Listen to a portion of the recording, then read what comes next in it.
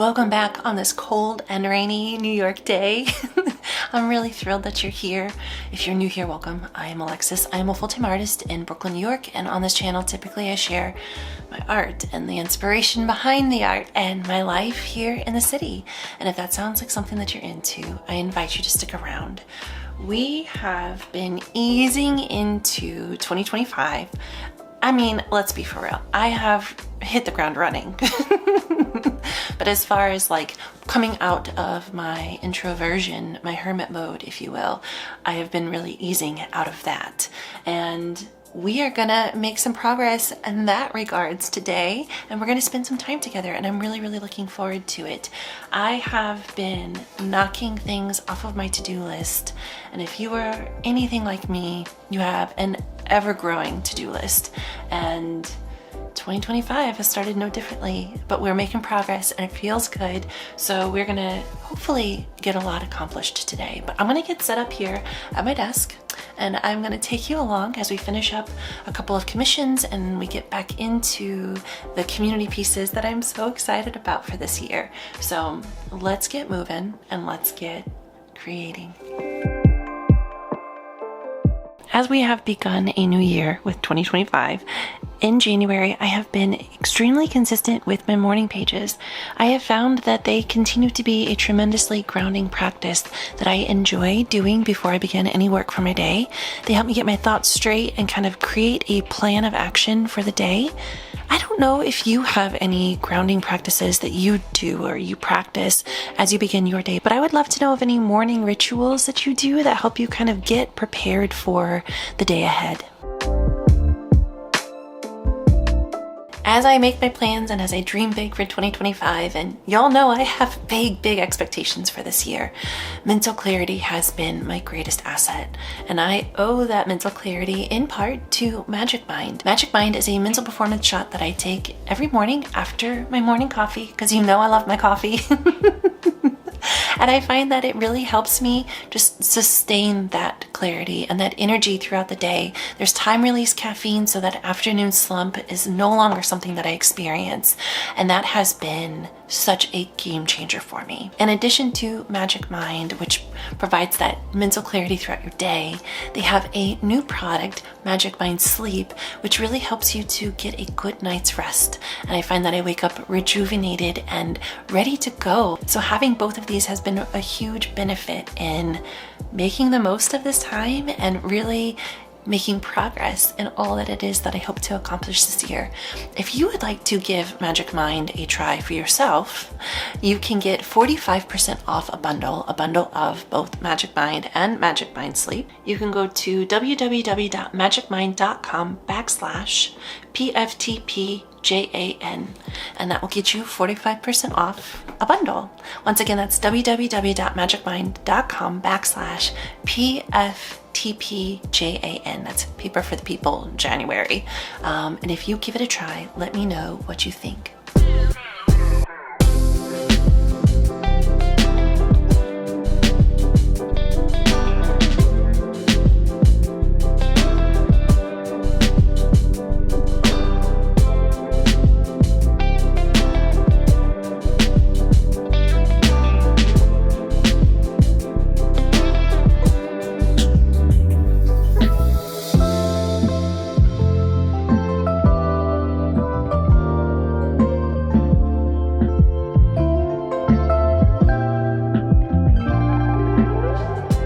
Alright, so I was nearing the end of my audiobook and I was quite distracted as I began cutting these clouds.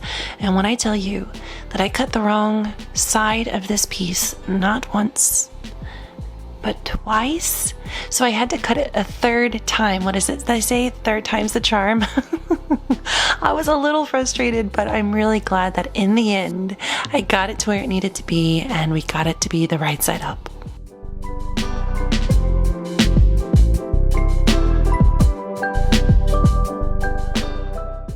So this is one of two commissions that I needed to complete this week.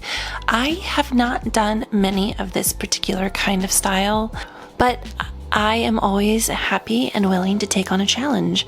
I was commissioned to create 2 ultrasound images for a family, and when I created the first one, I got so stuck in my head and I spent so much time trying to figure out what to do for the background. I was not given any artistic direction for these pieces. I was given a color palette and the image of the sonogram. And so from there, I kind of had to think of what might work as a background behind the image. And so for the first one, I talked with the client and we decided that maybe doing some sort of like a paint swirl, if you will. But when I tell you, when I was working on it, all I could see were shrimp. I worked on it for so long, but it was definitely one of those trust the processes. And I'll show you what it ended up looking like in just a minute. But man, I tell you, I had to really see that project through to the end before I could get the real vision of it to come together. But I'm glad I stuck it out and I'm glad it ended up working out. And it just goes to show that sometimes you might not always know what's ahead, but you gotta just trust the process.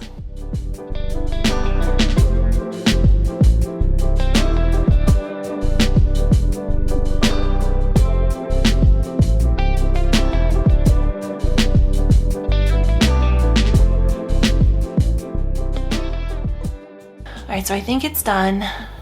Clouds were a little tricky, but we got there in the end.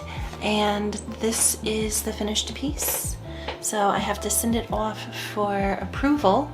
And then after that, I can get it in the mail to them. So this is done. And then just on this will be in its own frame, but then this is the second one. So for two little babes.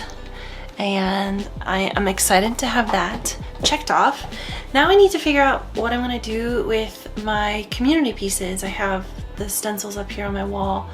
I started to play around with the color palette the other day, and I made some progress. It's not exactly where I want it to be, but I think what I need to do is just start making it and kind of see what colors call to me. I don't know, maybe I should be more organized than this, but I have spent a lot of time really trying to figure out the color palette. And so I might give myself like 5 more minutes to kind of play with some swatches, and then I think I'm just gonna jump in. And honestly, I think what I wanna do is make just this first person with y'all today. And I think if I can get that started, I'll feel pretty happy of myself. But I think I'm gonna work on this person down here, and then from there I can like take a minute to figure out what I want, the overall vibe of it to be. But if I can just bite the bullet and get this first person done, I think that will help kind of like break the ice on these pieces, because I think I'm just overthinking it. And I don't know about you, but if you are like undertaking a new project or, a new practice, oftentimes I can overthink things and I can just become too precious about it, and I know I just need to like jump in and get it done. So I am gonna get the rest of my desk cleaned up from that commission, and then we'll get going on this other person. So I've been thinking a lot about synchronicities because I like the signs from the universe, and I'm still finding pennies on the street, which is really wonderful. But I was thinking specifically about like synchronicities as it connects to what I am doing and what I am working on, and am I on the right path? And I think pennies are a part of that affirmation. But when I was thinking back to when I was in Santa Monica in June, I walked down to Venice Beach and I walked down this beautiful little alley. It had like lights strung up and it just looked really cozy. And I walked into a shop because it looked interesting from the outside, and come to find out it was the storefront for Magic Mind. I didn't speak to anybody while I was in there. I just kind of, looked around, took stock of the place and left. And at that point, I still wasn't very familiar with who they were, but a few weeks later, they reached out to partner for our first video, and it was one of those moments where I was like, this is a synchronicity. And then when I was talking with Hollis the following week, I found out that she has done work with them in the past on their branding. And so it was just like all of these interesting connections, I guess. And I think that these are the synchronicities that Julia Cameron talks about in The Artist's Way. Just kind of like once you get very clear about what it is that you want for yourself and for your practice, the universe kind of takes care of it, right? In surprising ways, if you will open yourself up to it. And this, I think, is definitely one of those. But I met with Hollis just the other night, and we did our little catch up, and I would love to share part of that with you. Maybe there's something in there that would be inspiring or encouraging for you to hear. And while I share that, I'm going to get my desk set up so that we can get this first little person of this community scene done and get those moving. But I'm going to go ahead and get this set up, and I'll meet back with you here in just a moment. I don't do it nearly like you do. I think that, but I do think that, like, I'm feeling really, really good. I was talking with Mario, I'm like, I feel like last year was the year where I got my feet back on the ground and I was able to get really, really clear about the direction that I want to take. And up until that point, I feel like everybody else's feedback dictated where I went with my practice or what I thought I should do with my practice. And so, like, now I'm like, I know what I want from it. You know what I'm saying? So I'm like, okay, I just have to, like, release the fear and, like, be like, okay, this is what I am doing, and I trust that what I need will, like, I'm just like, I can't, and I haven't made new work in so long, right? Because it's been like, what am I even doing? And I really had to take, like, a big step back to be like, what are you doing? And I remember when I shifted from doing those pre-made portraits, because I was like, this isn't what I wanted to do. I want to make commissions. So then commissions really took off. And then I was like, I don't want this to be the thing. So then they completely died out. And I think that's the universe being like, okay, so then what? Right? What are you going to do? Because, like, we're ready. Are you going to do the things? I feel like, there's a transition happening. And so, like, with transitions, you really have to, like, let things go, to let the new stuff in. And I feel like I'm at the door. You know what I'm saying?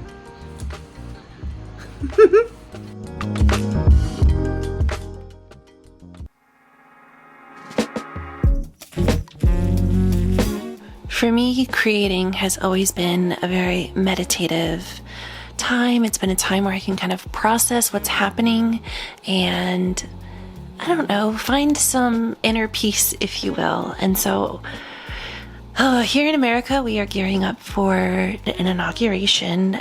And so what I am doing in this moment is focusing on what is within my control. I am committed to pouring into our communities in whichever way that I can, but also creating art that celebrates the future that I believe is possible. This idea that keeps popping up, it's this idea that it's so easy to give into despair, but if we are in despair, we are ineffective and nothing changes. And so that future, that really wonderful liberation never comes to pass because we are frozen in our fear and in our despair. And so instead, what we need to do is really stay hopeful and focused on what we believe is possible, and in whichever way we can, act in bringing that forth. And right now, how I am working to bring that forth is creating these visuals of what they might look like, right? What does a community really look like, and what can communities look like when they are full of care and gentleness and compassion? And a girlfriend of mine recently shared Nick Cave's, I think it was maybe his Christmas card, his reflections for the year. And he wrote in Faith, Hope, and Courage that hope is optimism with a broken heart. And he goes on to say that this means that hope has earned an understanding of the sorrowful or corrupted nature of things, yet it rises to attend to the world even still. And he says, we understand that our demoralization becomes the most serious impediment to bettering the world. In its active form, hope is a supreme gesture of love, a radical and audacious duty, whereas despair is a stagnant rejection of life itself. Hope becomes the energy of change. And that is absolutely what I am bringing forward into 2025. And that is how I will be navigating whatever unfolds.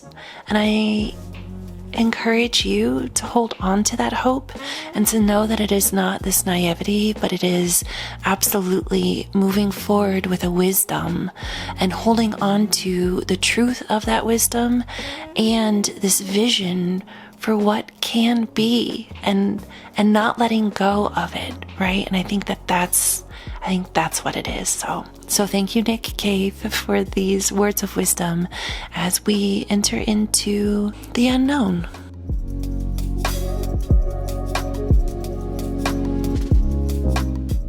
All right, so my little person and their dog is done, and the whole idea with this collection is like, it gives me a chance to get back to really small details. When I first started creating, it was all about like the small little details of every piece that I really loved. Maybe because it was a challenge, because I didn't have much dexterity with my knife, but I also think that there's something to like the attention to detail, if you will. And so I want to be creating these like larger community-driven pieces that have like really little details. And I'm really happy with this first little person dog combo.